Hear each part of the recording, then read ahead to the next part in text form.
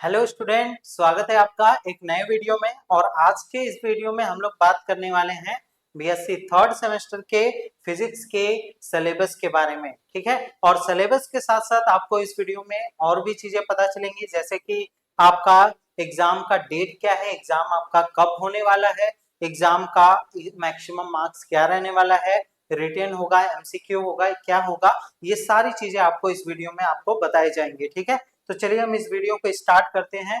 तो BSc third semester physics के अंदर आपको क्या क्या सिलेबस पढ़ना है, ये सारी चीजें हम लोग इस वीडियो में बात करेंगे। ठीक है, तो पहले हम लोग सिलेबस के बारे में देखने वाले हैं, फिर साथ ही एग्जाम पैटर्न आपका क्या है, एग्जाम का डेट कब है, ये पासिंग मार्क्स कितना होता है, मिड टर्म या सेमेस्टर एग्जाम। कुछ बच्चे ऐसे होते हैं जिनको मिड टर्म और सेमेस्टर एग्जाम के बारे में नहीं पता होता है, तो उसके बारे में भी आपको बताया जाएगा। और आपकी साथ ही साथ प्रिपरेशन की क्या स्ट्रेटेजी होनी चाहिए, ये भी आपको बताया जाएगा इस वीडियो में।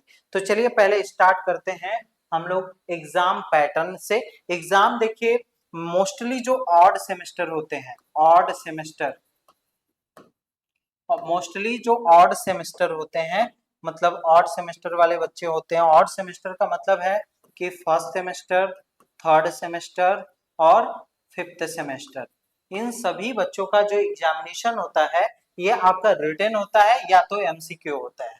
ठीक है, तो यहाँ पे मोस्टली आपका रिटन होता है, एमसीक्यू कुछ कुछ यूनिवर्सिटी कॉलेज में करवाया जाता है, और उन यूनिवर्सिटी कॉलेज के द्वारा आपको नोटिफिकेशन जरूर मिल जाएगा कि आपको एग्जामिनेशन कैसे देना है। ठीक है, तो मोस्टली आपका रिटन होता है, और कुछ कुछ यूनिवर्सिटी कॉलेज में आपका एग्जाम एमसीक्यू भी हो सकता है। ठीक है, नेक्स्ट टॉपिक है एग्जाम डेट। एग्जाम डेट आपका कब होता है, जो भी सेमेस्टर एग्जाम्स होते हैं वो नवंबर से जनवरी के बीच में आपके करा लिए जाते हैं। ठीक है, किसी यूनिवर्सिटी का एग्जाम हो सकता है नवंबर में हो, किसी यूनिवर्सिटी या कॉलेज का एग्जाम आपका दिसंबर में हो, फिर किसी यूनिवर्सिटी या कॉलेज का एग्जाम आपका जनवरी में हो। तो मोस्टली आपके नवंबर टू जनवरी तक आपके सारे एग्जामिनेशन कंप्लीट करवा दिए जाते हैं। और पासिंग मार्क क्या होता है, आपका अगर 100 मार्क्स का पेपर है तो आपको 33% ऑफ मैक्सिमम मार्क आपको लाने पड़ते हैं, मतलब 100 का 33 नंबर जो होगा और वो आपका क्या होगा, पासिंग मार्क होगा। ठीक है, तो इस तरीके से ये है एग्जाम पैटर्न, एग्जाम का डेट और एग्जाम पासिंग मार्क्स क्या होता है। ठीक है, अब यहाँ पे एग्जाम मिड टर्म और सेमेस्टर एग्जाम को बताने से पहले और प्रिपरेशन स्ट्रेटेजी को बताने से पहले हम लोग यहाँ पे सिलेबस को जान लेते हैं ना। तो यहाँ पे जो फिजिक्स का सिलेबस है वो आपका दो पार्ट में डिवाइड है। फिजिक्स या किसी भी सब्जेक्ट का आप सिलेबस ले लीजिए, वो दो पार्ट में डिवाइडेड है, पार्ट ए पार्ट बी। जो पार्ट ए है उसको हम लोग क्या बोलते हैं, इलेक्ट्रोमैग्नेटिक थ्योरी, और जो पार्ट बी है उसको हम लोग बोलते हैं फिजिकल ऑप्टिक्स एंड लेजर्स। ठीक है, तो यहाँ पे पार्ट ए में हम लोग पार्ट ए जो है वो मैं कवर करवाऊंगा, और जो पार्ट बी होगा वो राय सर और अभिषेक सर मिलकर आपको कवर करवाने वाले हैं। ठीक है, तो पार्ट ए में आपको इलेक्ट्रोमैग्नेटिक थ्योरी के बारे में पढ़ना है, जहां पे आपको इलेक्ट्रोस्टैटिक्स के बारे में पढ़ना है। और पहला यूनिट, एक एक यूनिट को डिटेल में बात करते हैं ना। यूनिट फर्स्ट आपका क्या है, इलेक्ट्रोस्टैटिक्स, इसका पूरा नाम क्या है, इलेक्ट्रोस्टैटिक्स। और यहाँ पे इसमें क्या क्या पढ़ना है, चार्ज के बारे में पढ़ना है, चार्ज डेंसिटीज क्या होती हैं, इलेक्ट्रिक फोर्स क्या होता है, कूलम्ब फोर्स, और यहाँ पे general expression for electric field in terms of volume charge density, और divergence and curl of electric field क्या होता है, general expression for electric potential in terms of volume charge density क्या होता है, गॉस गॉस लॉ क्या होता है, एप्लीकेशन उसके इंक्लूडेड रहेंगे। और आपको स्टडी ऑफ इलेक्ट्रिक डाइपोल पढ़ना है, electric field in matter, polarization क्या होता है, auxiliary field D, electric field displacement, electric susceptibility and permittivity, ये सारी चीजें आपको फर्स्ट यूनिट में पढ़नी है। बात करते हैं सेकेंड यूनिट। सेकेंड यूनिट जो है वो आपका मैग्नेटोस्टैटिक्स है। ये आपका, इसमें आपको क्या पढ़ना है, इलेक्ट्रिक करंट पढ़ना है, करंट डेंसिटीज पढ़ना है, magnetic force between two current elements, आपको मैग्नेटिक फोर्स पढ़ना है, general expression for magnetic field in terms of volume current density, divergence और कर्ल क्या होता है मैग्नेटिक फील्ड का, general expression for magnetic potential in terms of volume charge, volume current density, ampere circuital law क्या होता है, application भी इसका इंक्लूडेड रहेगा, study of magnetic dipole, Gilbert and ampere model, जो इस आपका इलेक्ट्रिक मैग्नेटिक डाइपोल होते हैं वो गिलबर्ट और एम्पियर मॉडल के हिसाब से क्या होता है इसको बताया जाएगा। Magnetic fields in matter, magnetization auxiliary field, आपका यच जो मैग्नेटिक ससेप्टिबिलिटी और परमेबिलिटी के बारे में आपको यूनिट सेकंड में पढ़ना है।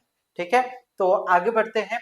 यूनिट नंबर जो थर्ड है पार्ट ए का, इसका नाम क्या है, time varying electromagnetic fields. Time varying electromagnetic fields में आपको क्या क्या पढ़ना है, फैराडेज लॉ पढ़ना है, इलेक्ट्रोमैग्नेटिक इंडक्शन, लेंज लॉ के बारे में पढ़ना है, डिस्प्लेसमेंट करंट के बारे में पढ़ना है, equation continuity and Maxwell ampere circuital law को पढ़ना है, सेल्फ एंड म्यूचुअल इंडक्टेंस क्या होता है इसका एप्लीकेशन भी आपको पढ़ना है, सोलेनोइडल टोराइड के लिए, derivation and physical significance of Maxwell four equations, जो आपके इक्वेशंस होते हैं मैक्सवेल इक्वेशन के, उनका प्रूफ भी आपको देखना है और उसका क्या सिग्निफिकेंस है इसको भी देखना है। Theory and working of moving coil ballistic galvanometer के बारे में देखना है। ठीक है, तो ये है आपका यूनिट नंबर 3। अब बात करते हैं यूनिट नंबर 4 की। यूनिट नंबर 4 है इलेक्ट्रोमैग्नेटिक वेव्स। तो इलेक्ट्रोमैग्नेटिक वेव्स क्या होती हैं, इलेक्ट्रोमैग्नेटिक वेव की एनर्जी डेंसिटी क्या होती है, पॉइंटिंग वेक्टर क्या होता है, ये किस चीज को बताता है, plane electromagnetic waves in linear infinite dielectric क्या होता है, homogeneous and inhomogeneous plane waves क्या है, and dispersive and non dispersive media, reflection and refraction of homogeneous plane electromagnetic waves, laws of reflection, Snell's law, Fresnel formula only for normal incident and optical frequencies। यहाँ पे आपको Snell's law electromagnetic wave के term में देखना है और यहाँ पे स्टोक्स लॉ, ये सारे चीजें आपको इन चारों यूनिट जो पार्ट ए के हैं इनमें आपको पढ़ना है। ठीक है, तो अब बात करते हैं पार्ट बी के। पार्ट बी को हम लोग क्या बोलते हैं, फिजिकल ऑप्टिक्स एंड लेजर्स। तो यहाँ पे आपको ऑप्टिक्स देखने को मिलेगी। तो यूनिट नंबर 5 जो है इसको हम लोग बोलते हैं इंटरफ्रेंस। क्लास 12th में पढ़ा होगा। तो वही इंटरफ्रेंस का कंडीशन फॉर इंटरफ्रेंस क्या है, स्पेशियल टेम्पोरल कोहेरेंस क्या होता है, डेविएशन जर्मर एक्सपेरिमेंट क्या होता है, डिवीजन ऑफ वेव फ्रंट क्या होता है, फ्रेस्नेल बाइप्रिज्म, लॉयड मिरर क्या होता है, डिवीजन ऑफ एम्पलीट्यूड क्या होता है, parallel thin film, wedge shaped film, Newton's ring का एक्सपेरिमेंट, और आपको interferometer, Michelson Morley interferometer, Fabry Perot interferometer, ये सारी चीजें आपको पढ़नी है। आगे बढ़ते हैं डाइफ्रैक्शन के बारे में। तो डाइफ्रैक्शन में डिस्टिंक्शन, जो कि डाइफ्रैक्शन वाला यूनिट कौन सा है, यूनिट नंबर 6 है। इसमें क्या पढ़ना है, डिस्टिंक्शन बिटवीन इंटरफ्रेंस और डाइफ्रैक्शन। डाइफ्रैक्शन और इंटरफ्रेंस में क्या अंतर होता है, Fresnel and Fraunhofer class of diffraction क्या होता है, Fresnel half period zone and zone plate क्या होता है, फ्रॉनहोफर डाइफ्रैक्शन क्या होता है, सिंगल स्लिट, और फिर यंग स्लिट, और डाइफ्रैक्शन ग्रेटिंग क्या होता है, रिजॉल्विंग पावर क्या होता है ऑप्टिकल इंस्ट्रूमेंट का, रेले क्राइटेरियन क्या होता है, रिजॉल्विंग पावर ऑफ टेलीस्कोप कितना होता है, माइक्रोस्कोप ग्रेटिंग, ये सारी चीजें आपको इन सारे यूनिट नंबर 6 में पढ़नी है। ठीक है, बात करते हैं यूनिट नंबर 7 की, जो कि है आपका पोलराइजेशन। यूनिट नंबर क्या है, polarisation. Polarisation by dichroic crystal, आपका birefringence, Nicol prism, retardation plates, और Babinet compensator, analysis of polarised light, optical rotation, Fresnel explanation of optical rotation and half shade and biquartz polarimeter. ठीक है, ये आपका unit number 7 में है। आगे बढ़ते हैं, ये आपका यूनिट नंबर 8 जो कि लास्ट यूनिट रहने वाला है फिजिक्स के सिलेबस का, और इसमें आपको पढ़ना है लेजर्स के बारे में। ठीक है, तो यहाँ पे कैरेक्टरिस्टिक्स क्या है, यूजेस क्या है लेजर्स का, quantitative analysis of spatial and temporal coherence क्या होता है, कंडीशन फॉर लेजर एक्शन क्या होता है, आइंस्टीन कोफिशिएंट क्या होता है, 3 and 4 लेवल लेजर आपके सिस्टम, क्वालिटेटिव डिस्कशन करना है। क्वालिटेटिव डिस्कशन मतलब इनकी थ्योरी को देखना है, इनका प्रूफ नहीं देखना है। ठीक है, तो ये आपका यूनिट नंबर 8 तक यही आपका पूरा सिलेबस रहने वाला है।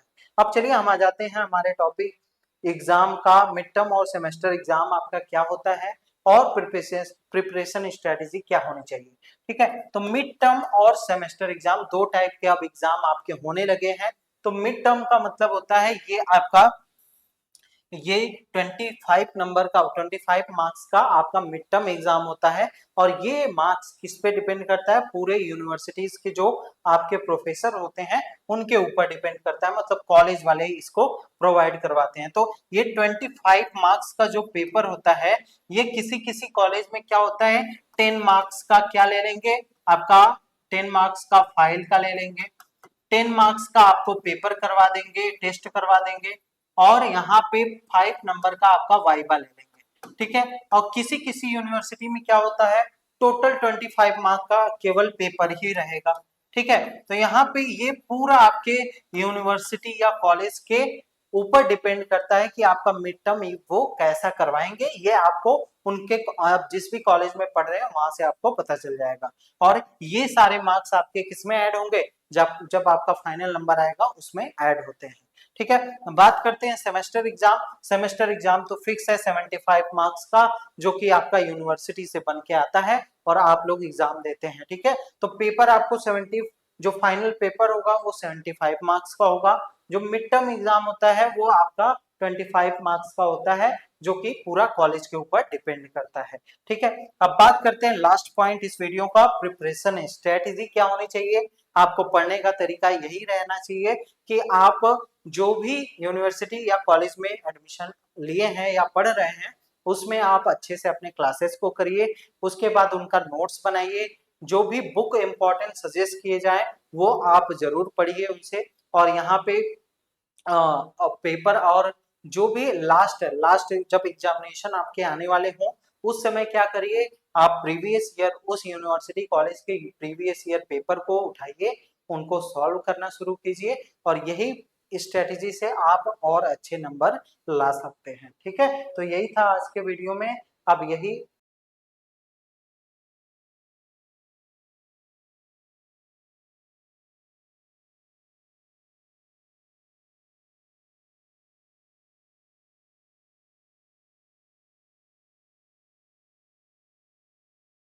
आपको यहाँ पे एक और चीज ध्यान देना है कि यहाँ पे हमारे अगर आप चाहते हैं कि जो मैंने सिलेबस बताया है आप या आप किसी आप बीएससी मैथमेटिक्स के स्टूडेंट है, BSc biology, BSc agriculture, BCom के स्टूडेंट है, और आप चाहते हैं कि मुझे जो भी मेरा सब्जेक्ट है उसको सिलेबस को लाइन बाय लाइन पढ़ाया जाए, ठीक है। तो इसको आप हमारे डीएनएस एजुकेयर एप्लीकेशन पे पढ़ सकते हैं। डीएनएस एजुकेयर एप्लीकेशन आप प्ले स्टोर से डाउनलोड कर सकते हैं, ठीक है। और यहाँ पे फर्स्ट एंड थर्ड सेमेस्टर के बच्चों के लिए क्लासेस आपकी स्टार्ट हो चुकी हैं, ठीक है। इस नवोदय बैच के ज्वाइन करने के लिए आपको केवल 1250 रुपीज का वन टाइम पेमेंट करना पड़ेगा, जिससे आप बीएससी मैथमेटिक्स के अगर स्टूडेंट है या बीएससी बायोलॉजी कोई सा भी आपका स्ट्रीम है इसमें से, तो उनके जो भी सब्जेक्ट रहेंगे वो केवल 1250 रुपीज में, जैसे बीएससी मैथमेटिक्स की बात करें तो फिजिक्स मैथ केमिस्ट्री जो भी आपका कॉम्बिनेशन में सब्जेक्ट रहेगा